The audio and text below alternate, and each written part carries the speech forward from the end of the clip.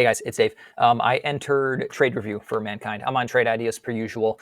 This is how I find all my setups. I love this deck. Taking full advantage of this trade wave here. You can see we got a buy signal down here on what 822 at 535, and it's a pretty huge move since then. I didn't buy here. When I bought was on 916. Looking at overall look here, you can see that big move, big volume on 828 and 829. It kind of sold off. Price found a bid, stabilized, consolidated here, continued to move up and broke those highs again. You can see that I had an alert right here. So I got alerted. I was watching intraday. I noticed that it had decent volume on 916. And so that's when I entered.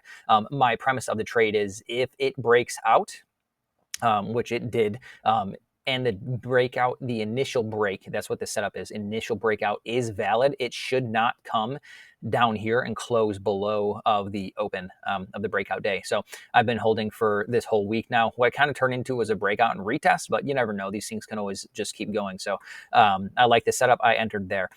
What I really like about this stuff is 17 days to cover, 15.5% short float. Okay.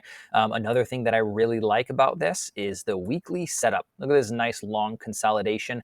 It did just close above these highs. Picture-in-picture chart here, so it shows you like shorter time of daily. It's nice. I'm gonna put that away for a second though. It just closed above the highs since 21, right? Year 2021. So that's a nice kind of cleanup here. We'll see. There's a little increase in volume, nothing crazy.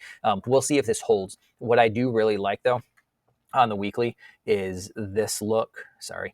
This look right here. Large volume candle, right? Off the 10 and respecting the 20 EMA of the weekly. By the way, this is a weekly chart, notice. And then 1-2 weeks of holding within that. Okay, so 2 weeks of an inside 2 weeks. And then this week it broke out on Monday and it held that this week. So this looks pretty decent for a continuation trade. How did I do it? What's my entry process here? Load up. That is not, those are my current swings. I'm still in Kava and and I just entered Tesla today. I'll do a review on that shortly. Okay, so going back to breakout day, if we zoom out back to the daily to get situated here, you can obviously see that this 644 to 633 level, these two topping tails, is pretty important, right? Even this topping tail here, consolidated pullback respect to the 10 EMA, and then here's that volume break. And so what I did is, since it broke out of that level that it was having a hard time doing, I just watched to see if it was going to close over it. So if we go over the 30-minute time frame, it was also, so there's Monday, right? Here's one. So initial balance, 1, 2, 3 bars, inside bars from the first half hour of the day, and then huge volume around 10:30 that broke it out, right? So this is the actual look that gave me a little bit more confidence. I waited for a pullback, which we got. And then I entered right around here. It's like at 13.